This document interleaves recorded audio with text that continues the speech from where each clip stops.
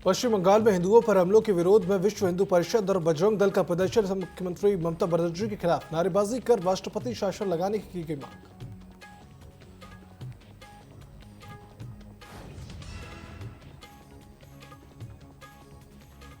हर की पौड़ी की गरिमा से खिलवाड़, अमर्यादित पोस्टर के साथ वीडियो वायरल, लोगों की धार्मिक भावनाएं हुई आहत। पुलिस ने तुरंत युवक को हिरासत में लिया।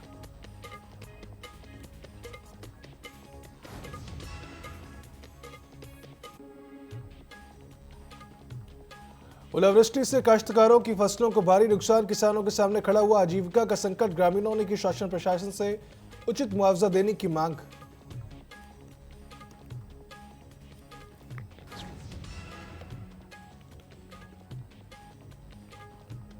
काशीपुर में एंटी ह्यूमन ट्रैफिकिंग यूनिट की बड़ी कार्रवाई। रेस्टोरेंट की आड़ में चला रहा था सेक्स रैकेट। 2 नाबालिग लड़के और लड़कियों को संदिग्ध हालत में किया गिरफ्तार। पुलिस को रेस्टोरेंट मालिक की तलाश।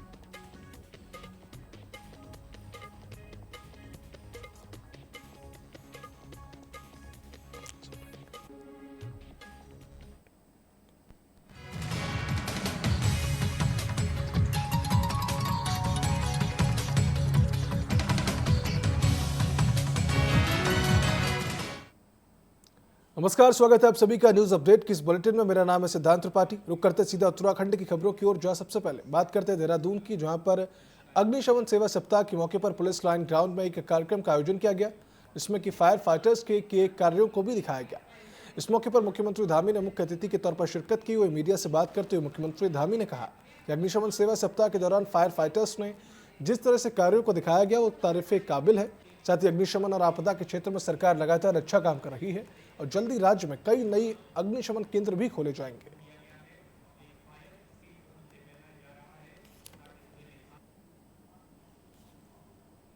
ये अग्निशमन की सेवाएं राज्य के अंदर जहां भी आवश्यकता हो वहां पर ये सेवाएं तत्काल रूप से मिलें और इसके लिए भीमताल, द्वाराहाट, गौचर, पुरोला और सहसधारा में जल्दी ही नए फायर स्टेशन खोले जाएंगे। इसकी आज मैंने घोषणा की है।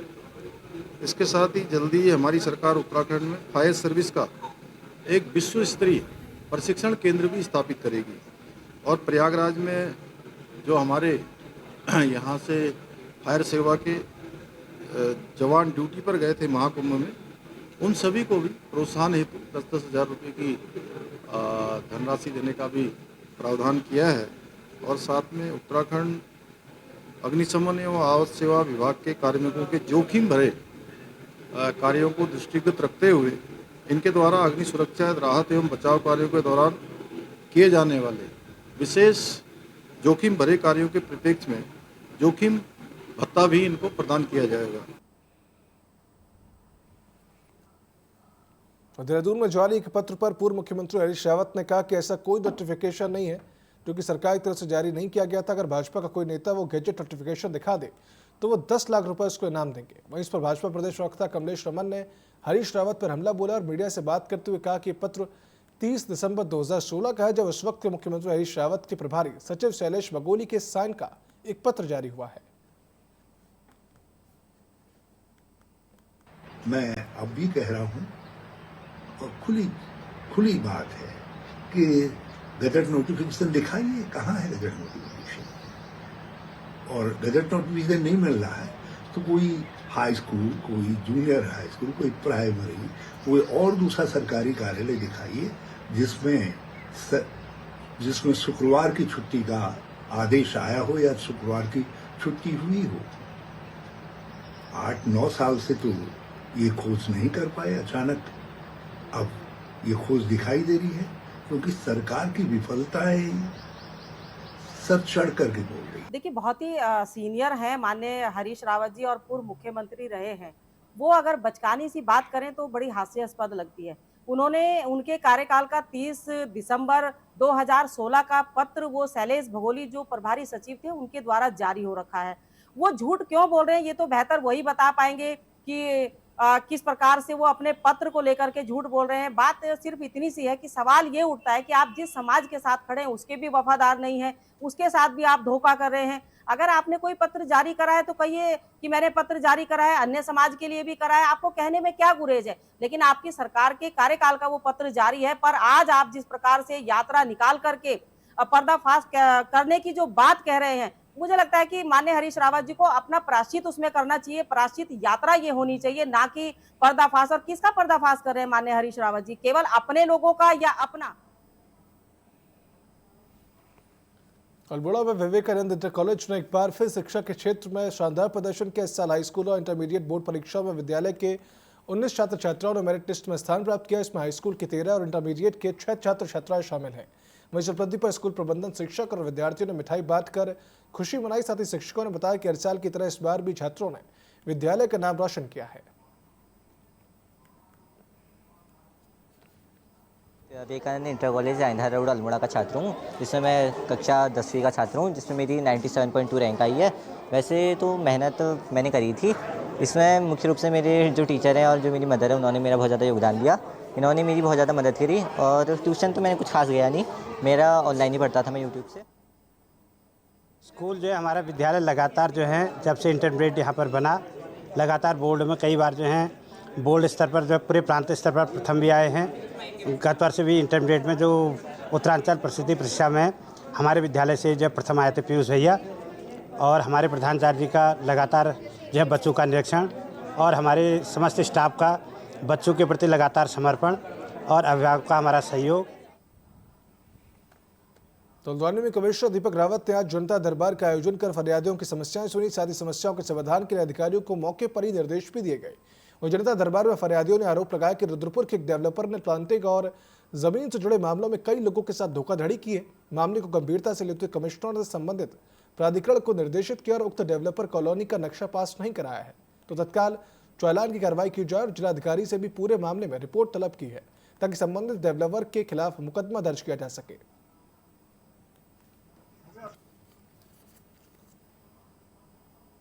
हमने प्लाट लिया था फ्रेंड का 4,60,000 का लिया था। अब उसने हमें वो प्लाट नहीं दिया, अंदर का प्लाट दिया है तो उसकी रजिस्ट्री नहीं करा रहा है। उसमें हमने बनवा लिया, उसमें रह भी रहे हैं। अब हमें परेशान कर रहा है, बार बार परेशान कर रहा है। हम आ रहे हैं उसमें और रजिस्ट्री नहीं करवा रहा है। सत्यपाल यादव, सत्यपाल बहुत परेशान कर रहा है, कह रहा है रजिस्ट्री नहीं कराऊंगा मैं। तो आज आप कहाँ आए हैं? आप किससे मिलने आए हैं? यहाँ पे आए हैं हल्द्वानी उनसे रावत जी से मिलने के लिए, कुमाऊं कमिश्नर। गाँव मिनिस्टर के लिए। अच्छा, हाँ, अपनी समस्या लेके आए हैं, हमारा काम हो जाएगा इसीलिए आए हैं। सत्यपाल सुन नहीं रहा है। समस्या जो है एक सतपाल यादव है, इन्होंने अलस्का रेंज से बंदूखेड़ा में प्लॉटिंग की है 2013 में। 2017 में प्राधिकरण आया, उस समय कोई नक्शे का कोई वो नहीं था जी। अब प्राधिकरण वाले परेशान कर रहे हैं। उधर सतपाल यादव ने पूरी का कॉलोनी जो है उसे तहस नहस करा दिया, खुद मिलकर। कुछ ना पार्क बनाया, ना मंदिर बनाया, ना नाली सड़क, कुछ नहीं है वहाँ। और प्लॉट भी दो बार सेल कर दिए, कोई ना अधिकारी सुन रहे हैं, ना कोई इस पर कुछ भी कार्रवाई नहीं हो रही है। ये है कि एक कोई पर्टिकुलर बिल्डर हैं जिन्होंने 2-3 जगहों पे कॉलोनीज काटी हैं। उसमें विभिन्न शिकायतकर्ता आज आए थे और उनकी 2-3 अलग अलग तरह की शिकायतें थी। एक शिकायत तो ये थी कि जहाँ पे एडवांस पैसा ले लिया गया है लेकिन उसके बाद भी रजिस्ट्री नहीं हुई है। कुछ शिकायतें ऐसी थी कि रजिस्ट्री तो हो गई है लेकिन कब्ज़ा नहीं दे दिया है। तीसरी शिकायत ऐसी थी कि कब्ज़ा भी दे दिया गया है लेकिन कब्ज़ा जो दिया है वो सही जगह पे नहीं दिया है, प्लॉटिंग एरिया के बाहर है, तो दाखिल खारिज में दिक्कतें आ रही हैं। और जो प्रॉमिस किया था बिल्डर ने, वहाँ पे जो कॉमन फैसिलिटीज़ एक किसी भी कॉलोनी में होनी चाहिए, बिजली की हो, पानी के निकासी की हो, या उसमें खुला एरिया पार्क का छोड़ना है, वो सब नहीं था। तो इन सब का संज्ञान लिया गया है और उनको मौका दिया गया पहली बात तो कि वो इसको सेटल कर लें। कहीं पे अगर दाखिल खारिज संभव नहीं है तो पैसा उनको लौटा दें। प्राधिकरण से कहा गया कि नक्शा पास नहीं है तो कॉलोनी का इसमें चालान किया जाए। और जो ऐसे प्रकरण आते हैं जो शुद्ध रूप से धोखाधड़ी के हैं, उनमें लैंड फ्रॉड की जो आने वाली मीटिंग है उसमें रिपोर्ट डीएम उधम सिंह नगर से हम मांग रहे हैं और उसके आधार पे जो एफआईआर जो होती है प्राधिकरण में जो रिपोर्ट आएगी और डीएम की जो रिपोर्ट आएगी उसको करवाया जाए। नैनीताल में भारतीय शहीद सैनिक विद्यालय के छात्र सुमित बिष्ट ने आज माध्यमिक शिक्षा बोर्ड के घोषित इंटरमीडिएट बोर्ड परीक्षा परिणाम में 7वीं रैंक हासिल कर अपने विद्यालय का नाम रोशन किया है। आपको बता दें कि सुमित ने इंटर बोर्ड परीक्षा में 95.80% अंक प्राप्त किए। वहीं सुमित का कहना है कि एग्जाम में अच्छे नंबर लाने के लिए 2-3 घंटे पढ़ना जरूरी है। वहीं सुमित ने अपनी सफलता का श्रेय कठोर परिश्रम, माता पिता व गुरुजनों के मार्गदर्शन को दिया। बहुत खुशी है, हम गांव से यहाँ आए हैं अपने बच्चों को पढ़ाने के। गांव में स्कूल नहीं थे, बच्चों का भविष्य सुधारने के लिए हम गांव से यहाँ आए हैं। इसने हाई स्कूल में भी अच्छे अंकों से प्राप्त हुआ था, उस समय भी हमें खुशी हुई थी। इंटर में भी अच्छे अंकों से पास हुआ है, बहुत खुशी की बात है। जगह जगह सुबह से फ़ोन ही आने में, बधाई देने में है, सब मतलब कह रहे हैं कि गाँव का नाम रोशन कर दिया, बेटे ने गाँव का नाम रोशन कर दिया, इसलिए बहुत खुशी का माहौल है। तो खुशी हो रही है। दिन में तो उतना मतलब मन नहीं लगता है, रात को शांति होती है तो रात को ही पढ़ाया जाता। तो स्कूल के बाद जाया नहीं, 2 से 3 घंटा रोज़ जितना भी हो सकता है, रोज़ अपने हिसाब से रोज़ का रोज़ पढ़ना चाहिए थोड़ा बहुत। आगे क्या करना चाह रहे हैं? आगे इंजीनियरिंग फील्ड में इंटरेस्ट है।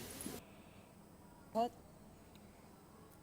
तो घाट में कुछ लोगों ने अप्रैल बहने वाले बंसवाड़ गधेरे को मिट्टी डालकर पाट दिया, जिस वजह से प्रवाह पूरी तरह से रुक गया, जिसके चलते क्षेत्र के पर्यावरण प्रेमियों में काफी आक्रोश। उन्होंने प्रशासन से मिट्टी डालने वाले लोगों को चिन्हित कर कार्रवाई की मांग की है। वहीं पर्यावरण प्रेमियों ने कहा कि बंसवाड़ गधेरा पेयजल का प्रमुख स्रोत होने के साथ साथ लोहावती नदी का सहायक भी है।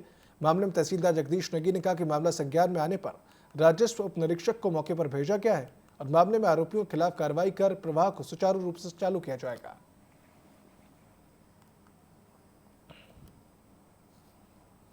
जो साल भर अविरल बहता रहता है, जिसमें काफ़ी शुद्ध पानी जो कि बांज, बुरुज, काफल उस इलाके से पानी निकलता है, एबट माउंट के करीब है। लेकिन कुछ अराजक तत्वों द्वारा जो ये हमारा पेयजल है और ये पेयजल की भी आपूर्ति करता है बंसवाड़ गधेरा, कुछ अराजक तत्वों के द्वारा इसमें मिट्टी डाली जा रही है, पत्थर डाला जा रहा है और इसके अविरल प्रवाह को रोका जा रहा है। और इससे देखने सुनने में ये आ रहा है कि जो भी हमारे क्षेत्र के पर्यावरण प्रेमी हैं और जो लोग वो लोगों में नाराज़गी है कि ऐसे अविरल बहने वाली नदी कहेंगे हम, चाहे वो हमारा एक गधेरा है, क्योंकि वो हमारे शहर की पानी की आपूर्ति की भी करता है। तो हम ये चाहते हैं कि इस समस्या का समाधान हो और वो जो भी अराजक तत्व हैं और ऐसे गाड़ गधेरे नदी में मलबा डाल रहे हैं तो वो बहुत गलत बात है। और मैं चाहता हूँ, मेरी प्रशासन से मांग है कि इस समस्या का तुरंत समाधान होना चाहिए। हरिद्वार में शराब के नशे में चूर महिला ने बीच सड़क पर हंगामा खड़ा कर दिया, साथ ही राहगीरों का रास्ता रोककर अजीबोगरीब हरकतें शुरू करने लग गई। कई श्रद्धालु और स्थानीय लोगों ने महिला की हरकतों से परेशान में नजर आए। इस हंगामे के बीच महिला को एक महिला ट्रैफिक पुलिसकर्मी स्कूटी पर बैठाकर मौके से दूर ले गई।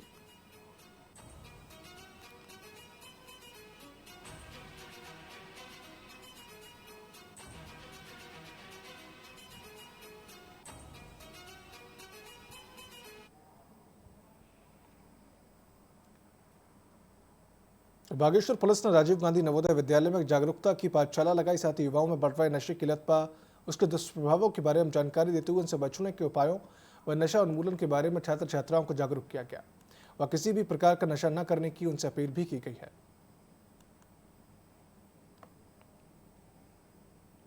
तो हरिद्वार में बारातियों से भरी बस और कार की आमने सामने टक्कर हुई। हादसे के बाद बस और कार सवारों के बीच जमकर कहासुनी हुई, जो देखते ही देखते हाथापाई और मारपीट में बदल गई। हंगामे में कई लोग घायल भी हुए। वहीं हालात बिगड़ते देख मौके पर पहुंची ज्वालापुर कोतवाली पुलिस ने बड़ी मशक्कत के बाद मामला शांत करा। फिलहाल घायलों को उपचार के लिए भेजा गया है और मामले की जांच पुलिस कर रही है।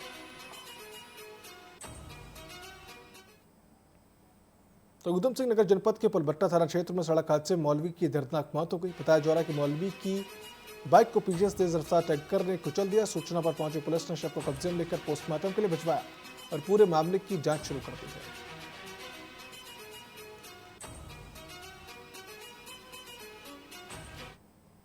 आज सुबह की घटना है। एक व्यक्ति जो बरेली का रहने वाला है, ये इस कैंटर के जो तेल के कैंटर होते हैं उसके टायर के नीचे आने से उसकी डेथ हो गई है और टैंकर को कब्जे में ले लिया गया है और चालक मौके से फरार हो गया था।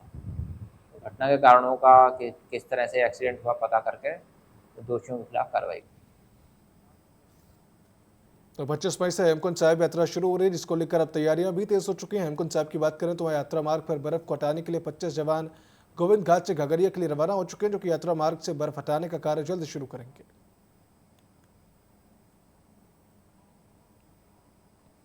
उत्तराखंड बोर्ड के हाई स्कूल और इंटरमीडिएट के परीक्षा परिणाम आ चुके हैं, जो हल्द्वानी के कुसुमखेड़ा स्थित हरगोविंद सुवाल इंटर कॉलेज में 10वीं के छात्र जतिन जोशी ने उत्तराखंड के अंदर टॉप किया। उन्होंने 99.20% के साथ उत्तराखंड में हाई स्कूल की परीक्षा में प्रथम स्थान हासिल करके अपने माता पिता और अपने गुरुजनों का मान बढ़ाया। जतिन जोशी ने अपनी सफलता का श्रेय अपने माता पिता और अपने गुरुजनों को दिया। वो आगे चलकर इंजीनियर बनना चाहते हैं। कोई अगर मेहनत करता है, अगर वो सफल होता है तो सबको ही अच्छा लगता है। तो हमारे लिए गर्व की बात है कि हमारे बेटे ने ये मुकाम हासिल किया है और काफ़ी अच्छा लग रहा है। अपनी सफलता का पूरा श्रेय अपने पेरेंट्स को और अपने टीचर्स को देना चाहूँगा। मैं घर पे सेल्फ स्टडी किया करता था, मैं कहीं कोचिंग भी नहीं गया। तो मेरे को मेरे क्लास टीचर गोकुल सर है, वहाँ पर खड़े हैं, उनने साल भर गाइड किया, तो उसका श्रेय तो मैं उसी को देना चाहूँगा। बाकी तो बहुत खुशी हुई। 10th क्लास के एग्जाम्स दिए बोर्ड के, यूके बोर्ड, और मेरी 21वीं रैंक आई है 10th क्लास में। सफलता का श्रेय किसको देंगे? अपनी सफलता की जो रैंक आई है। मैं सबसे पहले तो अपनी मम्मी को, अपने भाई को, जिन्होंने मुझे हमेशा सपोर्ट किया घर में, और कभी भी मतलब मैं कोई भी गलती करती थी तो कभी भी मुझे ऐसे डांटा नहीं, समझा के सिखाया। और स्कूल में तो सारे टीचर्स, खासकर मेरे क्लास टीचर्स, जिन्होंने हमेशा सपोर्ट किया। सर स्टेट यूके बोर्ड में 12th बोर्ड में मेरी 25th रैंक रही है स्टेट। कौन सी क्लास की? Class 12 PCM stream. ओके, किस तरह से क्रेडिट देंगे किसको अपनी सफलता का? डेफिनेटली स्कूल, क्योंकि टीचर्स ने बहुत ज़्यादा सपोर्ट किया था स्टार्टिंग से ही, एंड पेरेंट्स जिन्होंने स्टार्टिंग से बहुत ध्यान दिया था मुझ पे भी और मेरे भाई पे भी।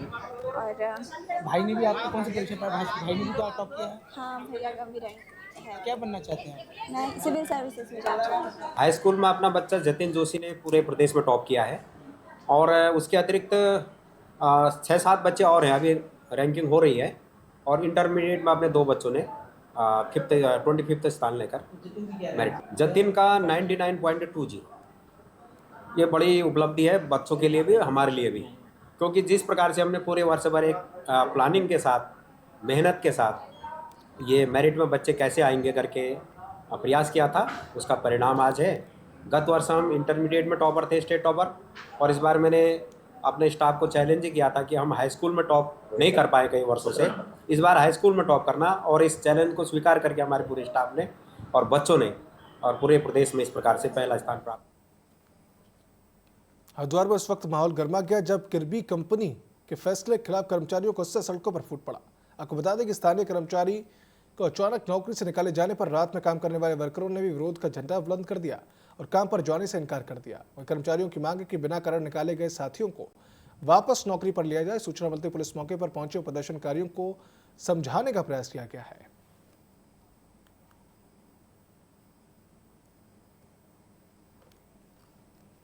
मैं 2008 से किर्बी कंपनी में काम करता हूं, और अंदर जो हमारे पर्सन हेड है अमित चौहान और जिंदे चौहान हमारे वर्करों सबको पूरा प्रेशर दे रहे हैं वर्करों को, क्या तो काम करो नहीं घर जाओ।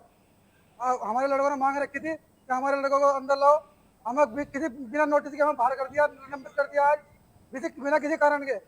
हमने डीएलसी के आदेश में भी हमने कोई गलत कदम नहीं उठाया, और हमें बिना बेकसूर बेवजह किसी तरह हमें उन्हें निलंबित किया। अब हम कहाँ जाए? मैं किर्बी बिल्डिंग सिस्टम में काम करता हूँ 16 साल से।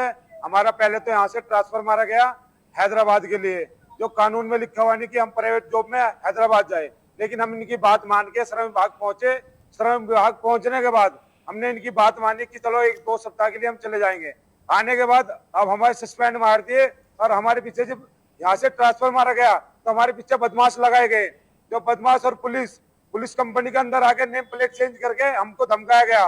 और उसके बाद में हमने डीएम एसडीएम के यहाँ पे कार्रवाई दी, अपने एफिडेविट दिया कि सर हमारे साथ ऐसा हो रहा है। हम जब 9 तारीख में यहाँ पे पहुंचे दोबारा, तो वही बदमाश कंपनी के अंदर थे। हमने सर को जो अपना यहाँ पे देखते हैं वीपी साहब, HR में धीरेन्द्र चौहान, अभी चौहान, उनको बोला सर ये बदमाश हमारे पीछे लगाए थे, आज फिर हमारे पीछे है यहाँ पे। तो उन्होंने फिर हमें बदमाशों पे धमकाया उन्होंने, तो हमारे सब लड़के खड़े हो गए। उसने बोला ये तानाशाही नहीं चलेगी। तो हरिद्वार में अब सड़क पर जुगाड़ किए गए वाहन नहीं चलाए जाएंगे। जो वाहन बगैर रजिस्ट्रेशन या फिर जुगाड़ से बने हैं, सरकार ने उनके खिलाफ कार्रवाई करने का फैसला किया। आपको बता दें कि ऐसे वाहनों से अगर दुर्घटना हो जाए तो वाहन चालक और दुर्घटना में मृत व्यक्ति के परिवार को इंश्योरेंस राशि भी नहीं मिल सकेगी। साथ ही सड़क दुर्घटनाओं में भी कमी आएगी। परिवहन विभाग के नियमों को सख्ती से लागू करने के लिए सरकार ने अब कड़े निर्देश दिए हैं। जुगाड़ वाहन है जो अवैध रूप से सरिये का संचालन कर रहे हैं, तो हमने उनके खिलाफ आज कार्रवाई की है और यहाँ पे हमने 12 से 13 जुगाड़ वाहन जो है ARTO कार्यालय में बंद किए हैं। ARTO मैडम और जो सिटी मजिस्ट्रेट मैम है उनके आदेश अनुसार हमने आज कार्रवाई की है। आगे भी ये कार्रवाई लगातार रहेगी और हम निरंतर जब भी हम डेली बेसिस पे चेकिंग करते हैं उसमें भी हम जुगाड़ वाहनों के खिलाफ कार्रवाई करते हैं। रूप में इसकी तो हम जानकारी नहीं दे सकते क्योंकि अभी हमारी कार्रवाई जारी है और शाम तक हम बता देंगे कि क्या इसका सूत्र। अभी हमारे द्वारा कार्रवाई की गई थी सभी स्कूलों में, चाहे वो रुहाल की किशनपुर वाला मार्ग हो, चाहे DAV वाला मार्ग हो, सभी मार्गों पे हमारे साथ जो हमारी टीम है, हमारे बाइक स्क्वाड है, सभी टीमों को हमने लगाया हुआ है। सभी स्कूलों पे हम लोगों ने पर्सनली भी जाके वहाँ पे रोड सेफ्टी प्रोग्राम किए हैं। उन लोगों को आदेश भी दिया है कि आप लोग जितने भी प्राइवेट वाहन हैं उनको बंद करिए। तो उधम सिंह नगर में तेज आंधी से कहर छाया, जिससे कि तूफान और बारिश ने तबाही मचा दी है। दरअसल पहाड़गंज में नगर निगम के MRF सेंटर की छत उड़कर 5 घरों पर जा गिरी, जिससे 4 लोग घायल हो गए, जिन्हें उपचार के लिए अस्पताल में भर्ती कराया गया। मेयर विकास शर्मा ने नगर निगम के अधिकारियों के साथ घटनास्थल का निरीक्षण किया तो उन्होंने जिला अस्पताल के PMS से बात की और टीम भेजने को कहा।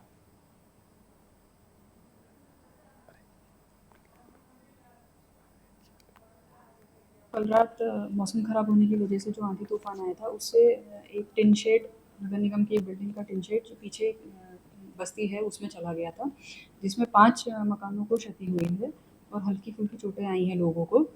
तो मौके पर नगर निगम की टीम द्वारा इसका निरीक्षण कर पूरा आकलन किया गया है कि कितना नुकसान हुआ है, क्या हुआ है, और लोगों के लिए एक मेडिकल टीम भी वहाँ भिजवाई गई है मेयर साहब द्वारा।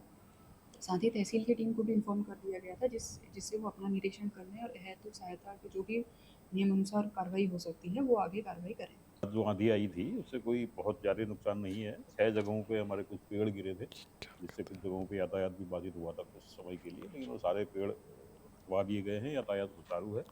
और तहसील बाजपुर और रुद्रपुर में 2 भवनों की छत जो है वो हवा से उड़ गई थी, तो इसमें कोई जनहानि नहीं है और इनमें जो भी अहेतुक सहायता है उसके लिए तहसील से आवंटन की प्रक्रिया की जाती है। न्यूज़ अपडेट की इस बुलेटिन के लिए फिलहाल इतना ही। आप देखते रहिए TV 24। शुभ रात्रि।